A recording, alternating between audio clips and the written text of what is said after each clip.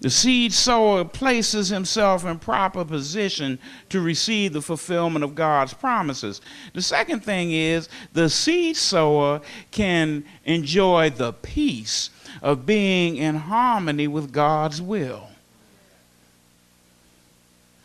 If I'm putting my resources where God tells me to put them, then I'm in position that I don't have to worry about nothing or anything. I don't have to second guess, oh, I shouldn't have done it. If God told me, that's it. But now when I make my own decisions about where I want to put my resources, then I have to deal with the consequences.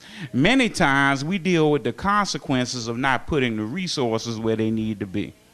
I've invested too much in stuff and not in people.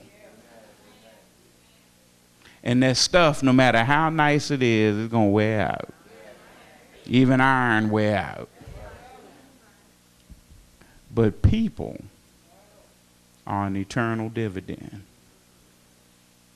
If you're going to invest in something, think about it now. Just go with my logic.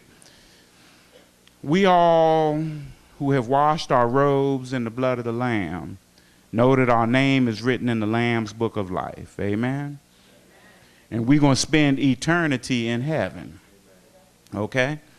So if I'm going to spend eternity in heaven, I need to be thinking about what do I want in heaven when I get there. Now, I know I can't take a Bentley with me. Can't take diamond, gold, and silver. That stuff don't travel. What can I take to heaven? The relationships that you make here on earth is what follows you into eternity. There's no excuse for any Christian to be lonely on the other side. The seed sower places himself in proper position to receive the fulfillment of God's promises. The seed sower can enjoy the peace of being in harmony with God's will.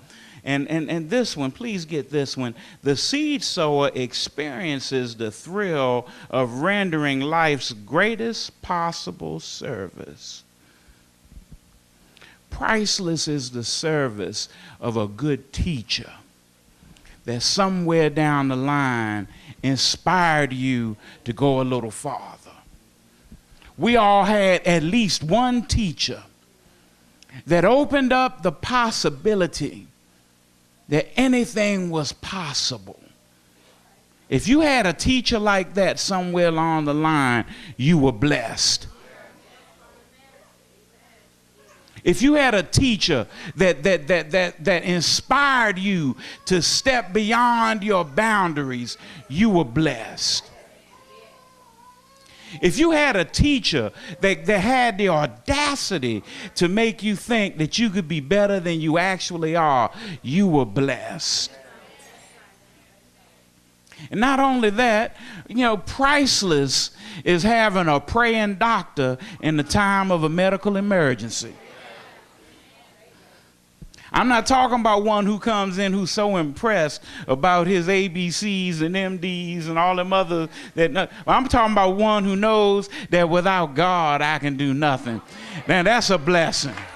But above all of that, above and beyond the mental or physical service that is rendered by an individual who sows the divine truth in the mind and heart, which makes it possible to transform one from a sinner to a saint.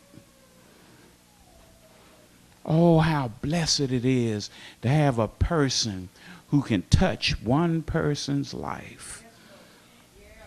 Everybody heard of D.L. Moody, one of the greatest evangelists of the 19th and early 20th centuries. Moody was a shoe salesman. And went on to be one of the greatest evangelists that lived. Moody was such a wild guy that during that time, churches used to charge pew rent.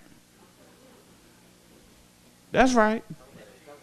They had them seats numbered, and you would pay to sit on pew whatever. You go to some of them real old churches, you'll see numbers on the pews. Moody came in one day and bought up 4 rows of pews And then he went out on Skid Road and got all the derelict, got all the drunks, got all the folks that everybody else turned their nose up and came in and sit them down in them pews he paid for. He was a mighty man of God, but you know what? Only the Lord knows the name of the man that led him to Christ. He led one man to Christ, and he turned around and affected generations. What a blessing. When he gets to the other side, there'll be millions of people who are there because he took the time to tell a shoe salesman about a man named Jesus. The seed sower places himself in proper position to receive the fulfillment of God's promise. The seed sower can enjoy the peace of being in harmony with God's will. The seed sower experiences the thrill of rendering life's greatest possible service. You see, not only do we sow into individuals, but we sow into our community as well. Our problem is, instead of having a bunch of seed sowers, we got a bunch of seed eaters.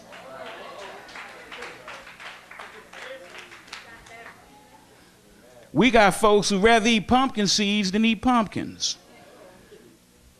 Not understanding if you grow pumpkins, you'll get more seed. When we get to the point where we cannot look beyond where we are right now to what God has in store, if we get to the point where we cannot sacrifice and sow, we'll die on the vine.